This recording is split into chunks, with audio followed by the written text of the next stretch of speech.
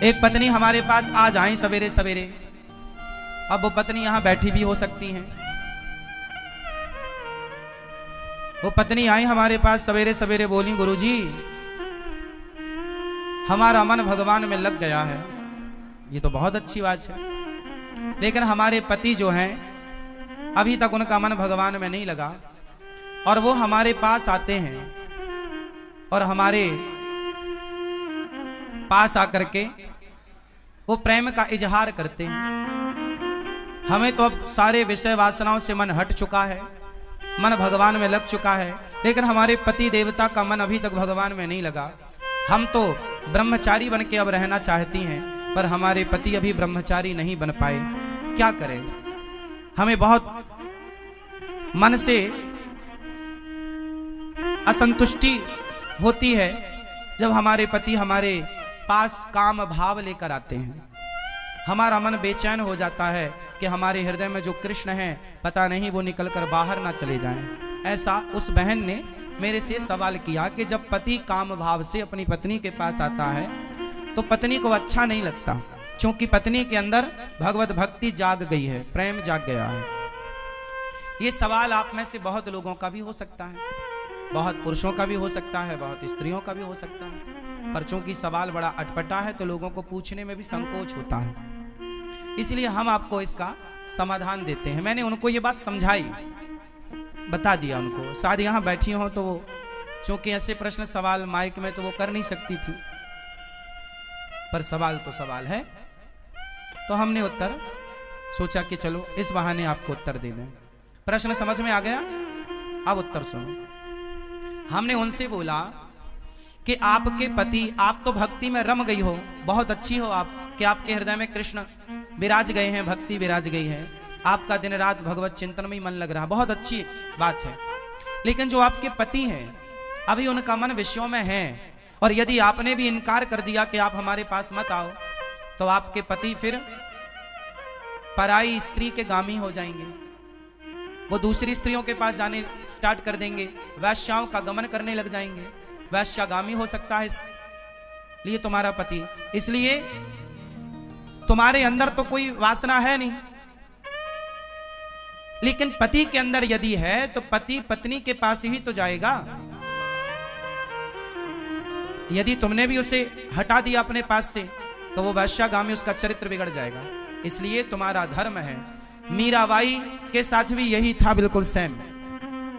मीरा का विवाह बचपन में कृष्ण से हो गया था, मान लिया था उन्होंने पति कि मेरे तो पति गिरधर गोपाल हैं, लेकिन फिर भी उनके माँ बाप ने जबरदस्ती उनका विवाह भोजराज से कर दिया, जो राणा के बेटे हैं। तो भोजराज राणा के साथ उनका विवाह हुआ।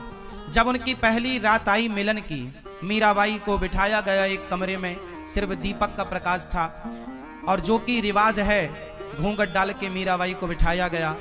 तभी रात्रि को, पहली रात्रि पहला मिलन जब भोजराज आए तो मीरा ने अपना दुपट्टा, अपना मुंह खोलते हुए भोजराज से कहा कि ये दुनिया कहती है कि आप मेरे पति हैं, कि ये दुनिया कहती है कि आप मेरे पति हैं, पर मेरी अंतरात्मा तो कहती है कि मेरे पति केवल कृष्ण हैं।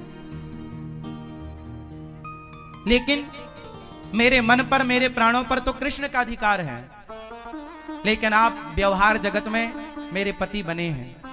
सारी दुनिया तो यही मानती है कि आप मेरे पति हैं, कृष्ण मेरे पति हैं, ये तो केवल मैं जानती हूं। मेरे मन की बातें या मैं जानूं या वो जाने, आप तो नहीं जान पाओगे। तो मेरा मन, मेरे प्राणों पर, मेरे मन पर तो मेरे कृष्ण का अधिकार है, लेकिन आप यदि मुझे अपनी पत्नी मानते हैं तो आपके सामने मेरा शरीर है। यदि मेरे शरीर की भूख है आपको, तो मेरे शरीर से आप अपनी भूख मिटा सकते हैं, मैं मना नहीं करूंगी। आप मेरे शरीर से अपनी भूख मिटा लीजिए, लेकिन मेरे मन पर, मेरे प्राणों पर तो मेरे गिरधर गोपाल का ही वश है, कब्जा है। तो इस बात से यह सिद्ध होता है कि यदि आपका पति कामुक है तो फिर आपका धर्म है कि आप अपने पति को भी धीरे धीरे सत्संग से जोड़ें, कथाओं से जोड़ें, धीरे धीरे उसके मन को भी बदलें और उसका साथ दें। आप यदि सोचेंगी कि मैं तो भक्ति में रमी हूं, अब मेरे पति जो मेरे साथ रमण करेंगे तो वो गलत है, वो गलत नहीं है।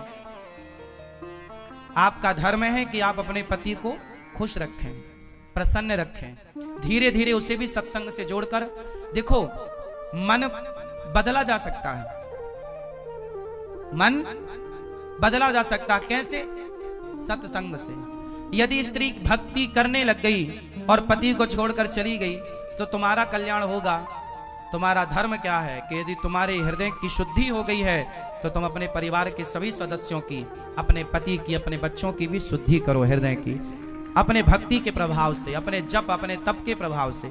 यदि आप केवल भक्ति करने लग गई और भाग गई घर से कि अब जी तो मैं तो वृंदावन रहूंगी, मैं तो घर में नहीं रहूंगी, तो ये तो भागना हो जाएगा, ये तो रण छोड़ के भागना हो जाएगा। फिर आपका धाम में आकर के वास करना, अपने पति को छोड़कर, अपने बच्चों को छोड़कर, ये आपका धर्म नहीं है। धर्म तो ये है कि पति और बच्चों के साथ रहकर जो प्रेम आपके भीतर जागा है वही प्रेम पति और पुत्र के भीतर जागा कर उनका भी कल्याण कीजिए और उनका साथ दीजिए। और ये पति पत्नी का अधिकार होता है एक दूसरे के लिए। उस अधिकार से ना पत्नी वंचित करे पति को, ना पति वंचित करे पत्नी को। पति पत्नी दोनों आप खुश हैं, ये बहुत अच्छी बात है। ना तो पत्नी पर पुरुषगामी बने, ना तो पति पर स्त्रीगामी बने। यदि कोई पुरुष पर स्त्रीगामी है, याद रखिएगा, बहुत स्पष्टता से समझिएगा, यदि कोई पुरुष पर स्त्रीगामी है और कोई स्त्री पर पुरुषगामी है तो आप ही बताइए दोषी कौन है? उत्तर दो। यदि आपका पति पर स्त्रीगामी है, मीन्स पर स्त्री के पास रहता है, तो इसका जिम्मेदार कौन है? कौन? कौन?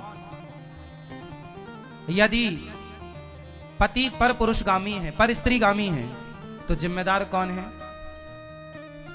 और स्त्री यदि पर पुरुषगामी होगी तो जिम्मेदार कौन है? पति पत्नी ही जिम्मेदार है। इसलिए गृहस्थ जीवन में पत्नी का धर्म है। पत्नी को मोहिनी कहा जाता है। पत्नी को क्या बोला जाता है? भगवान नारायण ने 24 अवतारों में एक अवतार कौन सा लिया? मोहिनी अवतार। स्त्री, इसलिए हमारे भारत में श्रृंगार होता है। श्रृंगार किसका होता है? स्त्री का होता है, पुरुष का नहीं होता। स्त्री का ही श्रृंगार क्यों होता है? पुरुष का क्यों नहीं होता? 16 श्रृंगार स्त्री का है तो 8 संस्कार पुरुष को भी होते कि भाई तू भी कुछ लिपस्टिक लगा, तू भी कुछ तो कर। सारा श्रृंगार का स्त्रियों के पास से पूरा कार्य।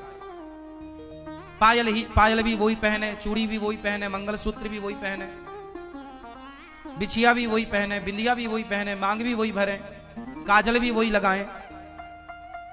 पुरुष के पास श्रृंगार नहीं है कुछ भी। हाँ या ना? बताओ स्त्रियों को श्रृंगार क्यों दिया गया?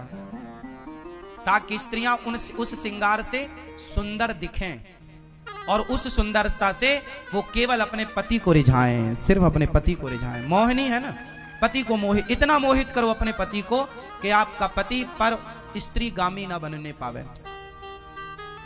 यदि तुम्हारा पति पर स्त्रीगामी बन गया तो तुमने ठीक ठीक से श्रृंगार नहीं किया। लेकिन आजकल श्रृंगार होता तो है जमाने के लिए, पति के लिए तो कुछ नहीं है। इसलिए पड़ोसनों को रोज, इसलिए जेठालाल दया को नहीं बबीता को ज्यादा देखता है।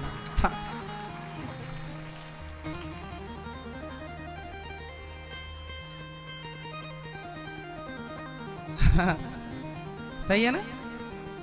तो स्त्री को कैसा होना चाहिए? पति के लिए मोहिनी होना चाहिए, जो अपने पति के मन को मोहित करती रहे। और आपने यदि मोहित नहीं किया तो आपकी पड़ोसन मोहित कर लेगी, और वो मोहित करेगी तो फिर आप रोती आओगी, गुरुजी हमारे पति का चक्कर है। समस्या सब तरफ से है। मोहित करो वो अच्छा है। ये मोहित है? कहां धर्म पत्नी आपकी? घर मोहित कर लेती है वो आपको, उन्हीं से मोहित हो ना। हाँ, या तो पत्नी से मोहित रहो, या पति से, या परमेश्वर से, तीसरा कोई नहीं। और पति पत्नी का भी एक टाइम है।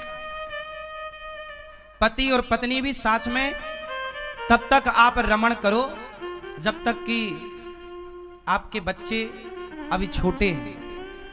जब बाप का जूता बेटे के पांव में फिट बैठने लग जाए और माँ की चप्पल बेटी के पांव में फिट बैठने लग जाए, तब से तुम दोनों पति पत्नी को भोगी बनकर नहीं योगी बनकर रहना चाहिए। अब आप दोनों भी कंट्रोल करो धीरे धीरे, क्योंकि हमारा उद्देश्य विषयों का भोग नहीं है। हमने विवाह भोगों के लिए किया ही नहीं था, भोगों पर कंट्रोल करने के लिए विवाह, लगाम लगाने के लिए। लेकिन आज उल्टा होता है कि मन की चंचलता बढ़ती चली जाती है। अच्छा, ये सारे दोष इसलिए होते हैं क्योंकि सत्संग नहीं है। क्या नहीं है? सत्संग। और सत्संग ना होने से बिनु सत्संग विवेक ना होई, और राम कृपा बिनु सुलभ ना सोई। सत्संग की जरूरत है। सत्संग सुनेंगे तो दोनों, अच्छा सत्संग किससे सुनना चाहिए? पति पत्नी दोनों को, क्योंकि दोनों की समझ चाहिए। एक की समझ है पर दूसरे की नहीं है, तो एक गाड़ी साइकिल का एक पहिया पंचर है, और एक सही है तो भी साइकिल अपने लक्ष्य तक नहीं पहुंचेगी। दोनों पहिया बड़ा। पत्नी और पति दोनों को एक विचारधारा का होना चाहिए। किस विचारधारा का होना चाहिए? एक विचार। यदि दो विचार हो गए तो उन पति पत्नी में झगड़ा तब होता है जब विचार दो होते हैं। पत्नी का विचार कुछ और पति का विचार नहीं मिलने से पति पत्नी में क्या होता है? तलाक होता है, झगड़ा होता है। और विचार मिल गए तो फिर अर्धांगिनी होता है। हमारे यहाँ क्या होता है? अर्धांगिनी। हमारे यहाँ वाइफ नहीं होती, हस्बैंड नहीं होता। हमारे यहाँ धर्म पत्नी, और धर्म पत्नी है, ये हमारी अर्धांगिनी है, और ये हमारे परमेश्वर हैं, पति परमेश्वर। राधे राधे दोस्तों, आज की इस कथा में हमने ये जाना है कि गृहस्थ के साथ साथ में पति के साथ संभोग करना चाहिए या नहीं। तो गुरुजी ने क्या कहा देखो। अगर आपको ये कथा पसंद आई तो वीडियो को लाइक करो, चैनल को सब्सक्राइब जरूर करें। जय श्री कृष्णा, जय श्री कृष्णा, राधे राधे।